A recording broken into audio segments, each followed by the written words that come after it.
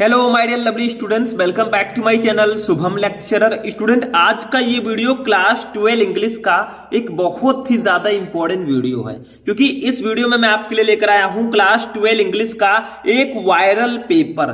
देखिए, ऐसे ही 2 मार्च को आपके इंग्लिश का पेपर आएगा, तो मेरे यूपी योद्धाओं अब आप लोग संभल जाओ, क्योंकि अब हम आपकी ऐसी तैयारी कराएंगे कि अब की बार आपको इंग्लिश में 100 में 99 दिलाएंगे। बस आप लोग हमारे साथ बने रहें। आज के इस वीडियो में मैं इंग्लिश का एक ऐसा पेपर लेकर आया हूं जो एक वायरल पेपर है, और इस पेपर से बहुत सारे क्वेश्चन इस बार आपके बोर्ड एग्जाम में आने वाले हैं। टेंशन मत लीजिए, ये एकदम जेन्युइन पेपर है। सब कुछ मैं आपको बताऊंगा कैसे पूरा पेपर आपका आता है। पूरे पेपर को हम सॉल्यूशन के साथ समझेंगे। देखिए, जब आप एग्जाम हॉल में जाएंगे तो आपको ऐसे ही पेपर मिलेगा। रोल नंबर आपको यहां पे अपना डालना होगा, नेम, ठीक है। 2024 इंग्लिश का पेपर रहेगा, ये साइड में पेपर कोड लिखा रहेगा, ठीक है। समय आपके पास 3 घंटे 15 मिनट रहेंगे। मैक्सिमम मार्क 100 का रहेगा। बहुत सारे स्टूडेंट कहते हैं सर इंग्लिश मेरी बहुत वीक है, इंग्लिश में कैसे हम अच्छे नंबर लाएं। सब कुछ इस वीडियो में मैं आपको बताऊंगा। कैसे आप पैसेज का आंसर देंगे, कैसे आप सारे टॉपिक्स अपनी कॉपी में लिखेंगे, और कैसे आप इस बार इंग्लिश में 100 में 99 लेकर आएंगे, ठीक है। समझ में आया? तो चलिए आज के इस वीडियो को स्टार्ट करते हैं। बहुत ही इंपॉर्टेंट वीडियो है। इस वीडियो को आप लोग लाइक कीजिएगा, चैनल पर नए चैनल को सब्सक्राइब कर लीजिएगा, ठीक है। देखिए, सबसे पहले आपका जो इंग्लिश का पेपर होगा वो मैक्सिमम मार्क उसका 100 नंबर का आपका पेपर होगा। समय आपके पास 3 घंटे 15 मिनट रहेंगे। कुछ जनरल इंस्ट्रक्शन आपको दिए जाएंगे, कुछ निर्देश।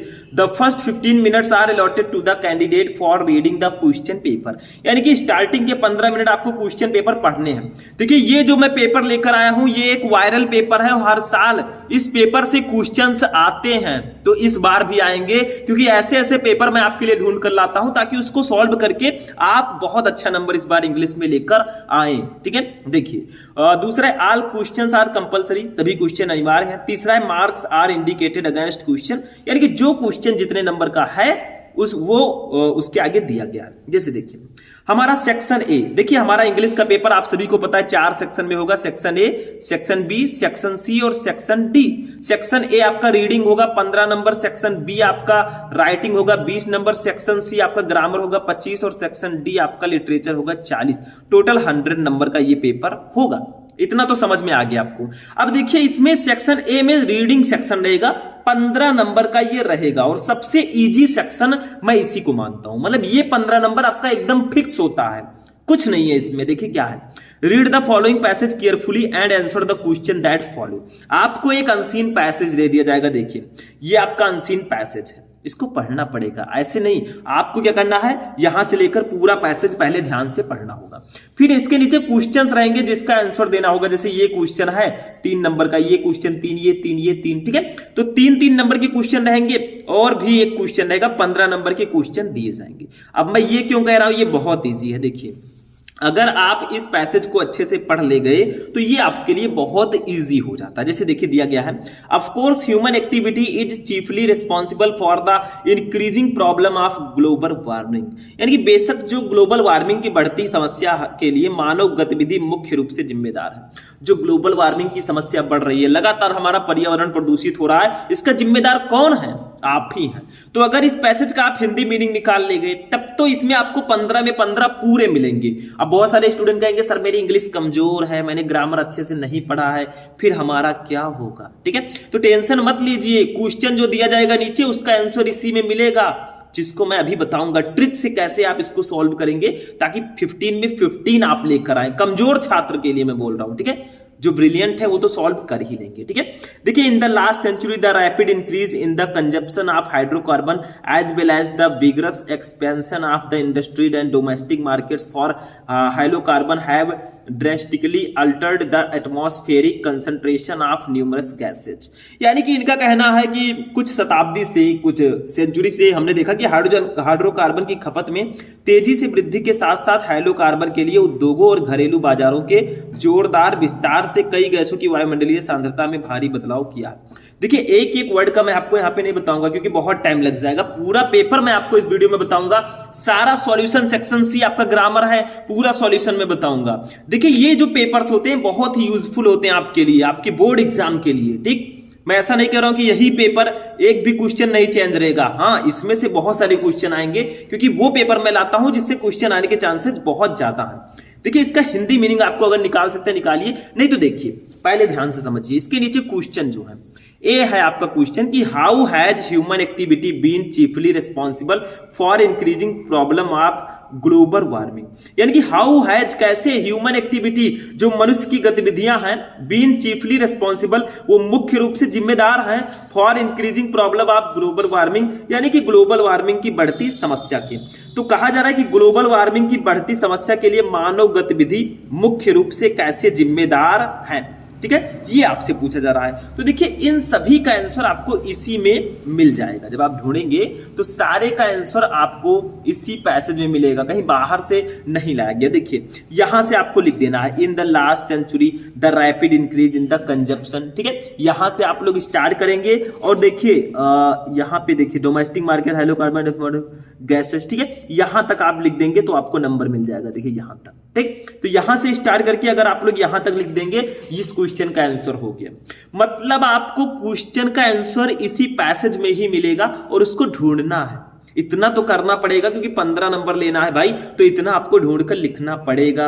और मैंने आपको अनसीन पैसेज कैसे सॉल्व करते हैं मैंने बता दिया है, ठीक है, पूरे इंग्लिश का मैंने आपको बताया है सॉल्यूशन, तो उसको देख लीजिएगा, वो इंपॉर्टेंट है, ठीक है। आप सर्च करेंगे class 12 full English important question Shubham lecturer, उसमें मैंने सारी चीजों को बताया है। आपका अनसीन पैसेज हो, लेटर हो, आर्टिकल हो, कुछ भी, सब कुछ मैंने बताया है। ऐसे बी वाला क्वेश्चन है कि what are the problems of world is facing due to global warming, यानी कि ग्लोबल वार्मिंग पर विश्व को किन किन समस्याओं का सामना करना पड़ रहा है। देखिए ग्लोबल वार्मिंग बढ़ेगा तो टेम्परेचर बहुत ज्यादा इंक्रीज होगा, तो यहीं पे आंसर कहीं दिया होगा आपका, ठीक है, ड्यू टू ग्लोबल वार्मिंग। देखिए इसी में ढूंढेंगे आपको मिल जाएगा, ठीक है। तो इस क्वेश्चन का आंसर देखिए यहां पे दिया गया, ध्यान से समझिएगा। यहां से आप लोग लिख देंगे the world is now struck with several environmental problem, ठीक है, यहां से लेकर आपको थोड़ा सा आगे चलकर लिख देना है यहां तक, ठीक है, ऐसे लिख देंगे आपको नंबर मिल जाएगा। मतलब क्वेश्चन था कि what are the problem the world is facing due to the global warming, यानी कि ग्लोबल वार्मिंग के कारण जो विश्व है वो किस प्रकार की समस्या का सामना कर रहा है। तो देखिए यहां पर सारी चीजें दी गई हैं, the world is now struck with several, ठीक है, तो यहां पे आपको सारा आंसर दिया गया है, तो ऐसे ही आपको पूरा आंसर इसमें लिखना होगा, ठीक है, सबसे पहली बात। तो इसी प्रकार से आपको आंसर ढूंढ ढूंढ के इसमें से लिखना है।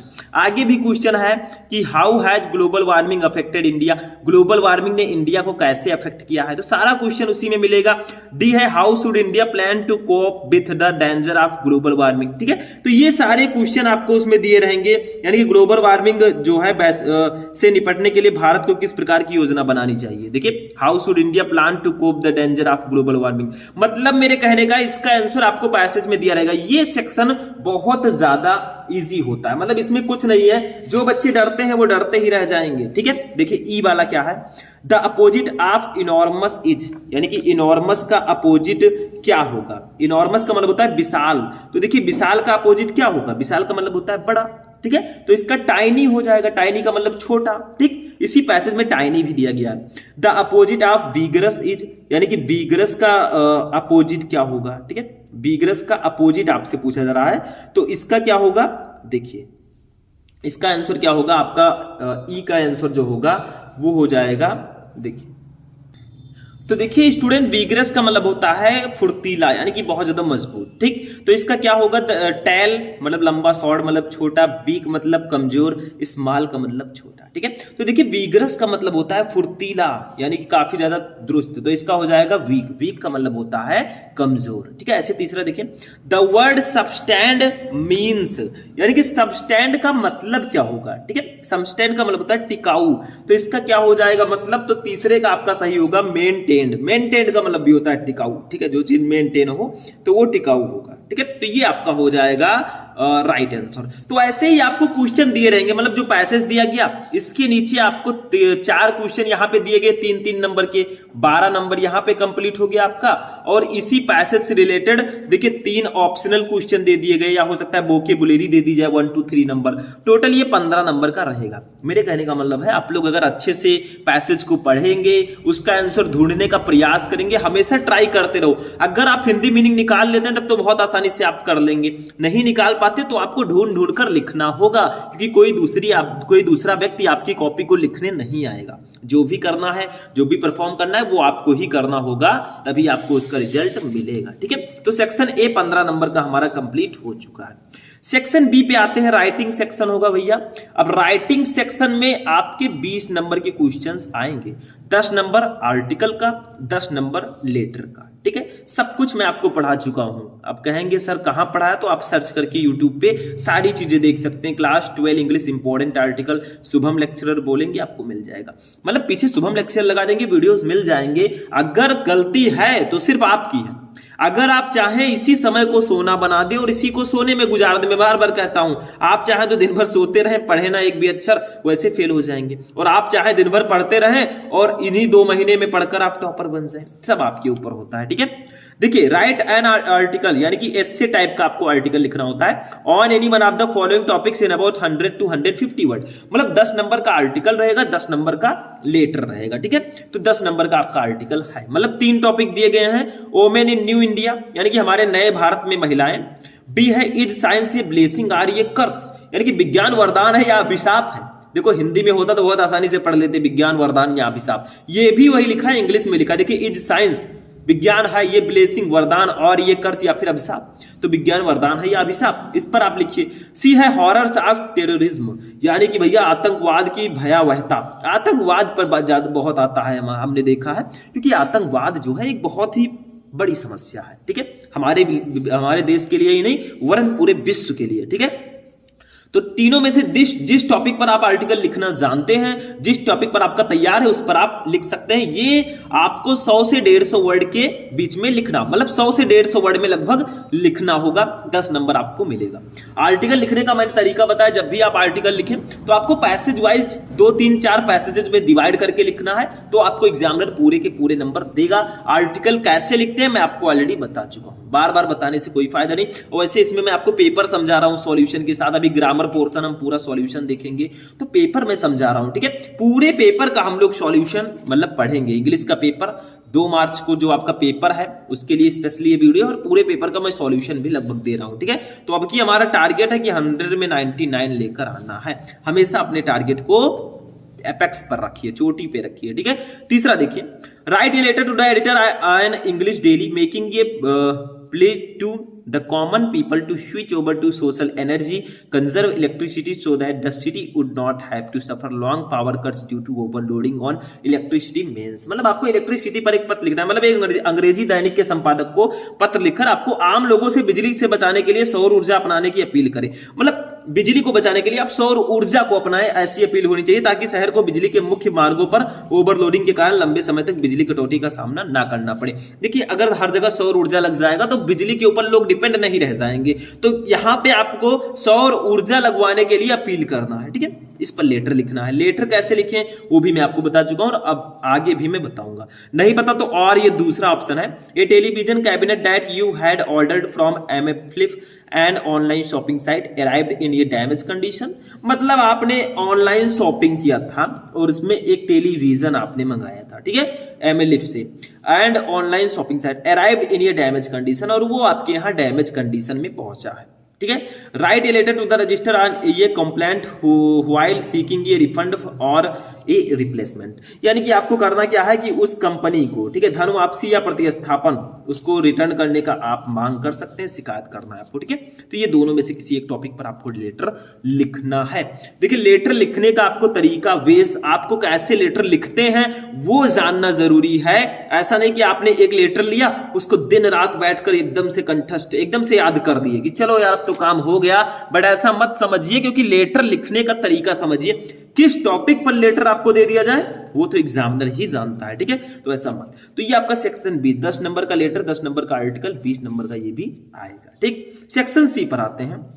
ये ग्रामर सेक्शन है, इसका मैं पूरा सॉल्यूशन भी आपको दूंगा भाई, क्योंकि सॉल्यूशन आपको प्रोवाइड कराएंगे ताकि तैयारी बेटर ढंग से हो। देखिए 4 है, choose the correct option to the answer the following question. पहले तो आपको 10 नंबर के ऑब्जेक्टिव टाइप के क्वेश्चन रहेंगे, जिसमें आपका वन वर्ड सब्स्टिट्यूशन भी होगा, एंटोनिम सिनोनिम्स भी होगा, आइडियम्स एंड फ्रेजेस भी होगा और सिंटैक्स भी होगा। देखिए क्वेश्चन नंबर ए है, Rohit has gone before his father came. आपने पढ़ा होगा, रोहित अपने पिता के आने से पहले ही चला गया। Which word in the above sentence is an error, यानी कि इस सेंटेंस में कौन सी गलती है, बताइए। आपको गलती पहचानी, मतलब किस वर्ड में गलती है। फर्स्ट है गॉन में, नहीं गॉन तो सही है भाई मेरे अकॉर्डिंग। बिफोर में गलती है, बिफोर में कैसे गलती हो सकती है। हिज में गलती है, हिज फादर वो सही है। कम में गलती है, ये चौथे ऑप्शन में गलती है, क्योंकि Rohit has gone before his father came रहेगा। यहां पे पास्ट इंडेफिनिट टेंस होता है, तो पास्ट इंडेफिनिट टेंस में हम वर्ब का सेकंड फॉर्म लेते हैं। ये कम क्यों लगा है, कम का सेकंड फॉर्म केम होता है, तो इस कम में गलती है। आपको बताना है किस वर्ड में गलती है, तो भैया ये कम में गलती है, क्योंकि इसके जगह पर रहेगा केम। ठीक है, ऐसे देखिए बी वाला, the phrase on the veins means, यानी कि ऑन द वेन फ्रेज का मीनिंग क्या होगा। ये आइडियम्स एंड फ्रेजेस है, जैसे आपको आइडियम्स एंड फ्रेजेस दिया जाता है ना, बोन ऑफ कंटेंशन, यानी कि इसका आप लोग मीनिंग लिखिए, तो उसका मीनिंग क्या होता है, कॉज ऑफ क्वेरल, यानी कि झगड़े की जड़। ठीक है, तो ऐसे ही ऑन द वेन्स, इस फ्रेज का मीनिंग क्या होगा। फर्स्ट है इंक्रीजिंग, सेकंड है डेवलपिंग, थर्ड है डिक्रीजिंग और फोर्थ है स्ट्राइकिंग। ठीक है, तो आपको इसका सही मीनिंग बताना है। ठीक, तो आपके पास देखिए ऑप्शंस है, तो इसका राइट आंसर जो हो जाएगा वो क्या होगा, राइट आंसर जो इसका होगा वो हो जाएगा डिक्रीजिंग। ठीक है, ऑप्शन नंबर थर्ड इसका बिल्कुल सही होगा। ठीक है, यानी कि थर्ड वाला ऑप्शन सही होगा। मतलब ऑन द वेन का मतलब होता है डिक्रीजिंग। अब आप लोग कहेंगे सर डिक्रीजिंग का मतलब घटना होता है, इंक्रीजिंग का मतलब बढ़ना होता है, डेवलपिंग का मतलब विकास करना होता है, स्ट्राइकिंग का मतलब प्रहार करना होता है। मीनिंग आपको जानना जरूरी है, मैं आपको साथ साथ मीनिंग क्यों बता रहा हूं। वैसे तो पेपर आपको बताने वाले लोग बहुत मिल जाएंगे, सीधे सीधे बताते चले जाएंगे, ये आएगा, ऐसा आएगा, वैसा आएगा। भाई पेपर का मीनिंग भी तो आपको पता होना चाहिए, आखिर क्या होगा, कैसे इंग्लिश को हिंदी में ट्रांसलेट करते हैं। बेसिक चीजें नहीं जानेंगे कुछ नहीं कर पाएंगे। तो ऑन द वेन जो है इस फ्रेज का मीनिंग होगा डिक्रीजिंग, यानी कि घट रहा या कम हो रहा। ठीक है, सी देखिए the synonyms of despise is, despise का सिनोनिम्स क्या होगा। डिस्पाइस का मतलब होता है घृणा करना या तिरस्कार करना। ठीक है, तो फर्स्ट है लव, सेकंड है हेट, थर्ड है रिस्पेक्ट और फोर्थ है सिलेक्ट। ठीक है, तो फर्स्ट है भैया लव, लव का मतलब होता है प्यार, ठीक है, जिससे आपको अभी दूर रहना है। सेकंड है हेट, हेट का मतलब होता है घृणा। थर्ड है रिस्पेक्ट, रिस्पेक्ट का मतलब होता है क्या होता है, सम्मान। फोर्थ है सेलेक्ट। ठीक है, तो इसका राइट आंसर क्या हो जाएगा, देखो भैया हेट इसका राइट आंसर होगा, क्योंकि डिस्पाइस का मतलब भी होता है तिरस्कार करना या घृणा करना, और हेट का मतलब भी वही होता है, तो ये सेकंड ऑप्शन राइट होगा। डी देखिए, the antonym of sever is, sever का एंटोनिम्स क्या होगा। अब आप लोग कहेंगे सर सेवर का मतलब क्या होता है। ठीक है, देखिए ये वाला क्वेश्चन काफी ज्यादा इंपॉर्टेंट है। सेवर का मतलब आपका जो होता है कठोर होता है, या फिर आप बोल सकते हैं, ठीक है, कठोर आप बोल सकते हैं। तो इसका राइट आंसर क्या हो जाएगा, तो देखिए सेवर का मतलब होता है सख्त या कठोर, तो इसका क्या होगा बताइए आप लोग। देखिए माइल्ड, माइल्ड है आपका, माइल्ड का मतलब क्या होता है, कोमल, या फिर आप कह सकते हैं माइल्ड का मतलब नरम होता है। ठीक है, दूसरा है बोल्ड, बोल्ड का मतलब बहादुर। थर्ड है फर्टाइल, फर्टाइल का मतलब होता है उपजाऊ। ठीक है, हाइड का मतलब छिपाना, तो भैया माइल्ड होगा, क्योंकि देखिए सेवर का मतलब होता है कठोर या सख्त, तो माइल्ड का मतलब होता है नरम या कोमल। ठीक है, तो ये फर्स्ट वाला ऑप्शन आपका राइट होगा, क्योंकि आपको एंटोनिम पूछा जा रहा है, मतलब विपरीतार्थक शब्द, तो दोनों एक दूसरे के विपरीत हैं, एक सख्त है तो दूसरा कोमल है। ठीक है, ये देखिए undue favour to place one's relatives in lucrative post is called. देखिए ये बहुत सारे स्टूडेंट हमारे होंगे जो इसका मीनिंग, इसमें से एक भी वर्ड का मीनिंग नहीं जानते होंगे, जिन्होंने अब तक कुछ नहीं पढ़ा है। तो इसका मतलब होता है कि अपने रिश्तेदारों को सौभाग्यशाली पदों पर बिठाने के लिए जो होता है पक्ष में बिठाने के लिए, उसको क्या होता है। ठीक है, उसका मतलब फर्स्ट है कैस्टिज्म, सेकेंड है इंडिविजुअलिज्म, थर्ड है सेक्युलरिज्म और फोर्थ है नेपोटिज्म। तो भैया इसका मतलब होता है नेपोटिज्म। नेपोटिज्म का मतलब क्या होता है, भाई भतीजावाद। ठीक है, जैसे बहुत सारे लोग नेपोटिज्म का शिकार हो जाते हैं। ठीक है, तो ऐसे ही नेपोटिज्म का मतलब होता है, मतलब अपने रिश्तेदारों को सौभाग्यशाली पदों पर बिठाने, अपने भाई या रिश्तेदार को सौभाग्य पद या भतीजे को सौभाग्य पद पर, किसी पद पर बिठाने के लिए जो कदम उठाया जाता है उसको नेपोटिज्म बोलते हैं। ठीक है, समझ में आया। तो ये कैस्टिज्म क्या है, कास्टिज्म, कास्टिज्म का मतलब होता है जातिवाद। इंडिविजुअलिज्म का मतलब होता है व्यक्तिवाद। ठीक है, और सेक्युलरिज्म का मतलब होता है धर्मनिरपेक्षता, और नेपोटिज्म का मतलब होता है भाई भतीजावाद। ठीक, तो ये आपका हो जाएगा राइट आंसर। अब देखिए, अब ये तो हो गया 10 नंबर का आपका ऑब्जेक्टिव टाइप क्वेश्चन, जिसमें आपका सिंटैक्स भी था, आइडियम्स एंड फ्रेजेस भी था, एंटोनिम सिनोनिम्स भी था, और ये वन वर्ड सब्स्टिट्यूशन भी था। ई वाला जो है ये वन वर्ड सब्स्टिट्यूशन है। अब आते हैं 5 नंबर क्वेश्चन पर, जो कि डायरेक्ट एंड इनडायरेक्ट नरेशन होगा। अब देखिए, ये डायरेक्ट एंड इनडायरेक्ट नरेशन है ए वाला। Change any one of the following into indirect speech, मतलब आपको 2 डायरेक्ट नरेशन दिए रहेंगे, इसमें से किसी एक को इनडायरेक्ट में बदलिए। जैसे देखिए, हम दोनों को बदलेंगे भाई, ठीक है, हमारी मर्जी। ही सेड, उसने कहा, ओ व्हाट अ चांस, यानी कि उसने कहा कि क्या मौका है। ठीक है, मतलब बहुत अच्छा मौका है भाई। ठीक, तो उन्होंने कहा ओह क्या मौका है। कौन सा सेंटेंस है ये, बताइए, ये कौन सा सेंटेंस है? ये आपका एक्सक्लामेटरी सेंटेंस है। तो इसको कैसे बदलेंगे? देखिए, हो व्हाट अ चांस, यानी कि यहां पे आपको खुशी के साथ, कैसा मौका है, कितना अच्छा मौका है। ठीक है, तो यहां पे क्या करेंगे, क्या करते हैं, देखिए फर्स्ट वाला हम सॉल्व करेंगे। ही, देखिए जब आपका होता है एक्सक्लामेटरी सेंटेंस तो हम सेंटेंस के भाव के अनुसार, देखिए इन्वर्टेड कामा के अंदर आपका रिपोर्टेड स्पीच है, ये इसका भाव क्या है, देखिए इसमें खुशी आ रही है, तो ही एक्सक्लैम्ड विथ जॉय लिखेंगे। ही exclaimed with joy, exclaimed with joy। अगर मान लीजिए दुख की बात होती तो exclaimed with sorrow लिखते, अगर आश्चर्य की बात होती तो exclaimed with wonder लिखते। ठीक है, तो ऐसे ऐसे हम exclaimed with के साथ लिखते हैं। यहां पे खुशी है तो जॉय हमने लिख दिया, और इसमें हम लोग यूज करते हैं कंजक्शन डैट का, तो हमने डैट ही लिख दिया। ठीक है, इतना हो गया। अब यहां पे है कि व्हाट अ चांस, तो जब हम इसको इंडायरेक्ट में बदलते हैं तो देखिए चांस है भैया, ये निर्जीव है तो इसके लिए इट का यूज करेंगे। ठीक है, वाज लगाएंगे, क्या मौका है, तो वाज हमने लगा दिया क्योंकि इजारे में वाज में बदलता है। वाज ये good chance, good chance, what a के जगह पर हमने गुड लगा दिया। ठीक है, या वेरी गुड चांस, तो he exclaimed with Joy that it was a good chance. ठीक है, बस हो गया, ये बदल गया भैया इनडायरेक्ट में।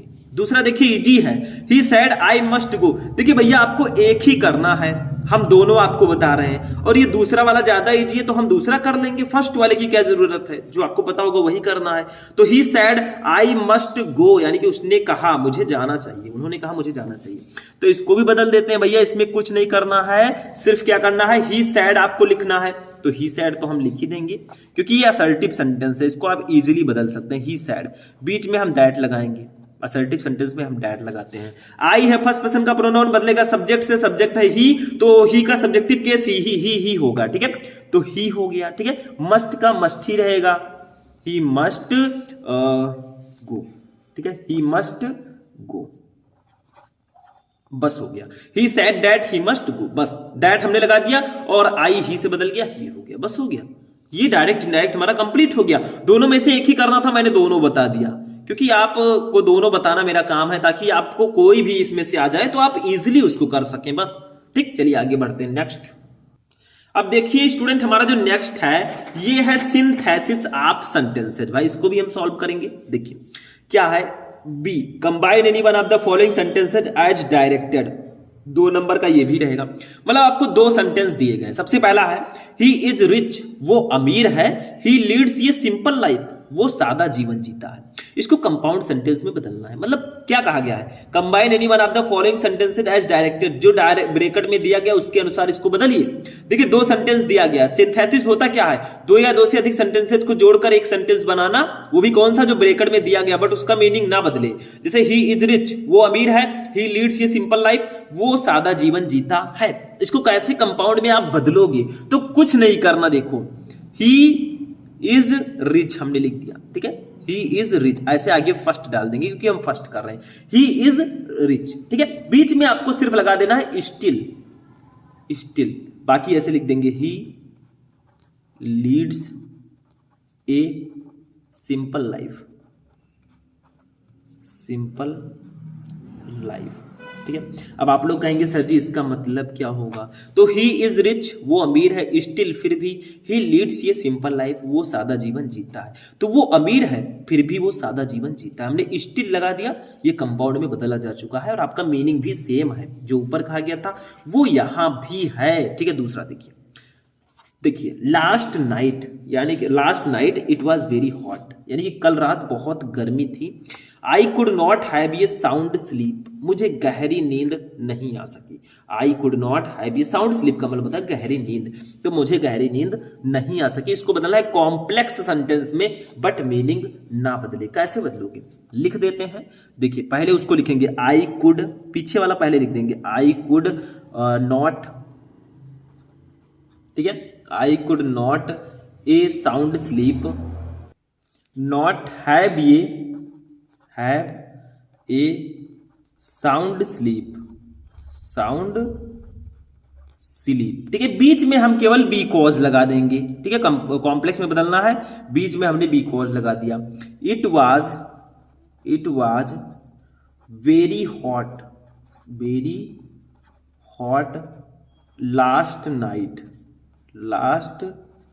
नाइट, ठीक है। यानी कि वही मैंने किया है, सिर्फ हमने बीच में बिकॉज लगा दिया। तो आई कुड नॉट हैव ये साउंड स्लीप, मुझे गहरी नींद नहीं आ सकी, बिकॉज क्योंकि it was very hot last night, कल रात बहुत गर्मी थी। यानी कि मुझे गहरी नींद नहीं आ सकी क्योंकि कल रात बहुत ज्यादा गर्मी थी, वही सेम मैंने लिखा है, बीच में बिकॉज लगा दिया। दैट्स अ कॉम्प्लेक्स सेंटेंस, हो गया हमारा सिंथेसिस भी, ठीक है।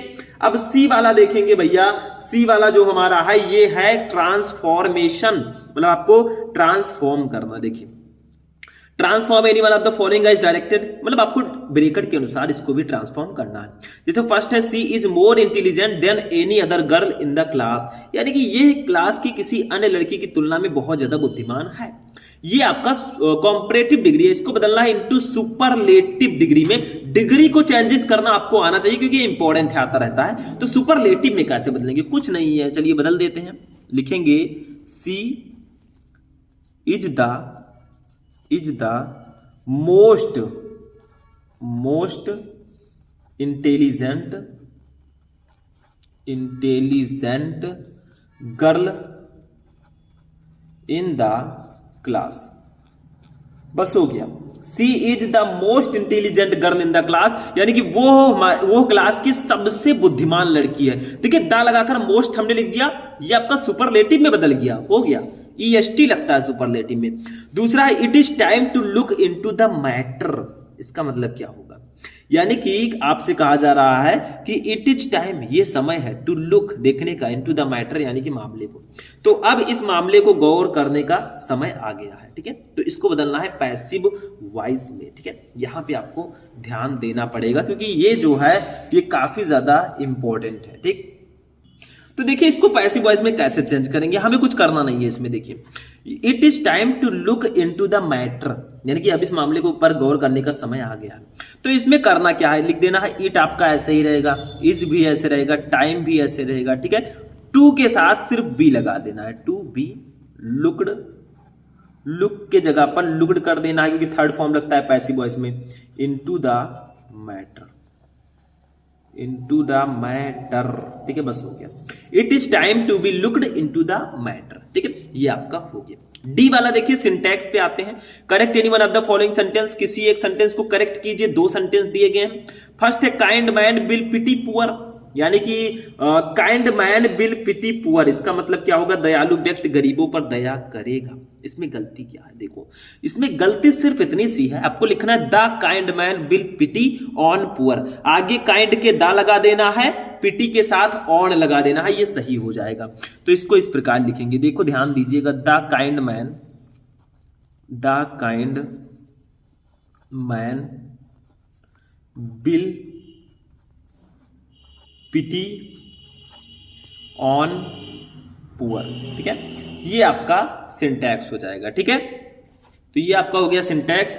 दूसरा देखिए क्या है, I went out for walk, यानी कि मैं घूमने के लिए बाहर गया, मैं टहलने के लिए बाहर गया था। इसमें गलती क्या है, फॉर के साथ ए लगा दीजिए, for uh walk, I went out for a walk, ठीक है। ये आपका हो गया भैया, क्या हो गया, सिंटैक्स। बस इतनी सी गलती रहती है, बस सही कर देना है, 2 नंबर कंप्लीट। ई देखिए, use any one of the following pairs of word in your own sentence to make the difference in their meaning clear. यानी कि निम्नलिखित युगों में से किसी एक का अर्थ अपने शब्दों में वाक्य प्रयोग करें ताकि उनके अर्थ में अंतर स्पष्ट हो सके। जैसे देखिए, ब्रेक ब्रेक दोनों पढ़ने में सेम लग रहे हैं, फेयर फेयर दोनों सेम लग रहे हैं भाई, इसको कैसे डिफरेंस करेंगे? देखो, इस ब्रेक का मतलब क्या होता है? इस ब्रेक का मतलब होता है ब्रेक, ठीक है, और इस ब्रेक का मतलब जो होता है, तो देखिए स्टूडेंट, इस ब्रेक का मतलब क्या होता है? ब्रेक लगाना। जैसे आप लोग साइकिल या गाड़ी से जा रहे हैं तो ब्रेक लगाना पड़ता है, तो इस ब्रेक का मतलब होता है ब्रेक लगाना। इस ब्रेक का मतलब क्या होता है? देखिए, इस ब्रेक का, फर्स्ट वाले ब्रेक का मतलब होता है तोड़ना, ठीक है, और इस ब्रेक का मतलब होता है ब्रेक लगाना। देखिए ध्यान दीजिएगा, कंफ्यूजन बिल्कुल मत रखिएगा। BREAK, इस ब्रेक का मतलब होता है तोड़ना, कोई भी चीज तोड़ना हो, ठीक है, और इस ब्रेक का मतलब होता है ब्रेक लगाना। जैसे मैं वाक्य प्रयोग बोल रहा हूं, आप लोग देख लीजिएगा। देखिए, फर्स्ट वाला है BREAK, ब्रेक। इसका वाक्य प्रयोग होगा जैसे the thief broke the lock and enter the house, यानी कि चोर ने ताला तोड़ दिया और घर में घुस गए, ठीक है। इस ब्रेक का मतलब होता है ब्रेक लगाना। There will be an accident if the brakes of your cycle are not good, यानी कि यहां पे एक एक्सीडेंट हो सकता है अगर तुम्हारे साइकिल का ब्रेक नहीं लगा तो, ठीक है। दूसरा देखिए, फेयर फेयर, इस फेयर का मतलब होता है अच्छा, ठीक है, या आप कह सकते हैं, क्योंकि देखिए इस फेयर का मतलब होता है मेला, ठीक है, आप लोग जानते होंगे, ठीक, या अच्छा भी होता है। इस फेयर का मतलब होता है किराया, ठीक है, तो इस फेयर का मतलब होता है अच्छा। जैसे all is fair in love and वार, यानी कि प्यार और युद्ध में सब अच्छा होता है, जायज होता है। इस फेयर का मतलब होता है भैया किराया। जैसे railway fares have gone up the tremendously these days, मतलब जो रेलवे का किराया है वो लगातार बढ़ रहा है भाई, ठीक है। तो ऐसे आपको सेंटेंस में यूज करना होता है। इसके बाद में देखो, अब 6 नंबर, ये 20 नंबर का हमारा ग्रामर का हो गया। अभी 5 नंबर का इसमें ट्रांसलेशन आता है, हिंदी टू इंग्लिश ट्रांसलेशन। देखो, translate the following passage in English, इतना बड़ा पैसेज दे दिया गया, इसको इंग्लिश में ट्रांसलेट करो। अगर आपको टेंस पता है तब तो आप कर लेंगे बहुत आसानी से, और अगर आप लोग कहेंगे sir Hindi to English translation पर वीडियो लाइए तो मैं लेकर आऊंगा, ठीक है। जैसे हम परिवर्तन के दौर में रहे हैं, किंतु कुछ ऐसी चीजें हैं जिनका स्थायित्व, ताजगी और आकर्षण कभी कम नहीं होता। भारत एक ऐसा ही देश है, एक ही समय पुरातन और नवीन। देश के नालंदा, तक्षशिला और विक्रमशिला जैसे विश्वविद्यालयों का समृद्ध इतिहास रहा है। आज हमें तकनीक के माध्यम से वर्तमान समस्याओं का समाधान कर भारत के प्राचीन गौरव की पुनर्स्थापना करनी है। हमें पुनः विज्ञान विश्व में भारतीय ज्ञान की श्रेष्ठता सिद्ध करनी है, और ऐसा तभी संभव है जब हम अतीत के स्वर्णिम पृष्ठों को पलटकर वर्तमान के संदर्भ में उन्हें योजित करें। बस हो गया। सेक्शन डी लिटरेचर पे आते हैं भैया। हमारा सेक्शन सी तक हो चुका है, यानी कि 60 मार्क का हमने पेपर देख लिया। 15 नंबर का आपका हो गया रीडिंग, 20 नंबर का आपका हो गया राइटिंग, यानी कि टोटल 20 और 15 35 नंबर, 25 नंबर का ग्रामर, 60 नंबर हो चुका है। 40 नंबर का हमारा लिटरेचर आता है, सेक्शन डी। देखिए, इसमें लिटरेचर में आपके 3 चीजें हैं, प्रोज, पोएट्री, सप्लीमेंट्री। प्रोज से आएंगे 15 नंबर के क्वेश्चन, पोएट्री से भी 10 नंबर के क्वेश्चन, और सप्लीमेंट्री से 15, यानी कि टोटल 40 नंबर। ठीक, समझ में आ रहा है? तो देखिए, प्रोज में क्या होगा, 2 शॉर्ट आंसर टाइप क्वेश्चन आएंगे 8 नंबर का, और एक लॉन्ग क्वेश्चन आएगा 7 नंबर का। देखो, answer the following question in about 40 word, यानी कि इनका आप आंसर दीजिए लगभग 40 वर्ड्स में, यानी कि 40 शब्दों में। ये 4 नंबर के क्वेश्चन रहेंगे, 2 क्वेश्चन रहेंगे, आपको करना होगा। देखो, ए है whom did M. Hamel blame for the ignorance in studies, ठीक है, यानी कि कहा जा रहा है, बहुत ही इंपॉर्टेंट ये सारे क्वेश्चंस हैं, ठीक है, ठीक है। ये आपका क्वेश्चन हो गया, द लास्ट लेसन का चैप्टर का क्वेश्चन है, ठीक है। और देखिए, what was Douglas condition after getting escape from the pool, यानी कि डगलस को पूल में किस घटना का सामना करना पड़ा, यानी कि आपसे कहा जा रहा है कि what was Douglas condition, Douglas की अवस्था क्या थी आफ्टर गेटिंग एस्केप, यानी कि फ्रॉम द पूल, पूल से बचने के बाद, यानी कि पूल से बचने के बाद डगलस की कंडीशन क्या थी, ठीक है। मतलब ए वाले में 2 क्वेश्चन है, एक तो ये और एक ये और लगा है। देखिए, दोनों में से एक ही करना, ये ध्यान रखिएगा। ऐसे बी देखिए, who was the rattrap seller, ठीक है, रैट्रैप सेलर कौन था, ये भी बहुत इंपॉर्टेंट क्वेश्चन है, ध्यान रखिएगा, ठीक है, यानी कि चूहेदानी बेचने वाला कौन था। How did he make them, वो उसको कैसे बनाता था, ये जानते हैं तो करिए, नहीं तो और लगा है ये दूसरा question. Why did Rajkumar Shukla want to meet Gandhi ji, Rajkumar Shukla Gandhi ji से क्यों मिलना चाहते थे। बस हो गया, दोनों में से एक ही करना है, यानी कि 8 नंबर का आपका total short answer type question आएगा। लॉन्ग क्वेश्चन देखिए, इसमें आएगा प्रोज से, answer any one of the following question in about 80 word, इसको 80 शब्दों में इसका आंसर देना है। 7 नंबर इसके लिए आपको मिलेगा, ठीक है। 8 नंबर का शॉर्ट, 7 नंबर का लॉन्ग, 15 नंबर। ये है what incident this did Douglas face at the pool, यानी कि व्हाट क्या इंसिडेंट घटना डिड डगलस फेस सामना करना पड़ा एट द पूल पर। तो डगलस को पूल में किस घटना का सामना करना पड़ा, what was its effect on his life, और उनके जीवन पर इसका प्रभाव क्या पड़ा, ठीक है। जानते हैं तो कीजिए, नहीं तो बी वाला कर दीजिए, दोनों में से एक ही करना है, 7 नंबर मिल जाएगा। How was Gandhi ji able to influence lawyer, यानी कि गांधी जी वकीलों को कैसे प्रभावित करने में सक्षम थे। गिव इंस्टेंसेस, यानी कि उदाहरण दीजिए, ठीक है, बस हो गया। तो ये सप्लीमेंट्री से हमारे क्वेश्चन रहेंगे। देखिए इंग्लिश में काफी क्वेश्चंस मैंने आपको प्रोवाइड करवा दिए हैं, नहीं पढ़ रहे गलती आपकी है। अगर आप सर्च करेंगे class 12 English important question Shubham lecturer, आपको वीडियोस मिल जाएंगे, जाकर देखिए, शॉर्ट लॉन्ग सब कुछ मैंने पढ़ाया है, ठीक है। तो देखिए, देखना तो आपको ही है, ठीक है, हम तो आएंगे नहीं भाई। 9 नंबर देखिए, read the following extract carefully and answer the question that follow. Poetry आता है, 10 नंबर के क्वेश्चन पोएट्री से आते हैं। 6 नंबर का स्टैंजा आएगा, देखिए, ए thing of beauty is a joy for ever, it's loveliness increase, it will never pass into nothingness but will keep a bore quiet for us and sleep for full dreams and health and quite breathing. किस chapter का है ये? ए thing of beauty chapter का है। ये आपका हो गया। इसके नीचे 3 क्वेश्चन रहेंगे इसी से रिलेटेड, ए बी सी करके। What is a joy for ever, यानी कि हमेशा के लिए खुशियां क्या है। बी है what will happen with A thing of beauty, सुंदर वस्तु से क्या होगा। What will A thing of beauty provide us, सुंदर वस्तु हमें क्या प्रदान करती है। भाई सुंदरता जो है वो आकर्षित करती है हम लोगों को, ठीक, समझ में आया। इसका भी मैंने आपको स्टेंजा मैंने बताया। 10 number central idea, right the central idea of any one of the following point, 4 number का। देखिए पूरे इंग्लिश में अगर मैं बात करूं तो सेंट्रल आइडिया ही एक ऐसा टॉपिक है जो एकदम फिक्स है। हिंदी में तो बहुत सारे टॉपिक होते हैं, लेकिन इंग्लिश में सेंट्रल आइडिया 4 नंबर एकदम फिक्स होता है, कोई काट ही नहीं सकता।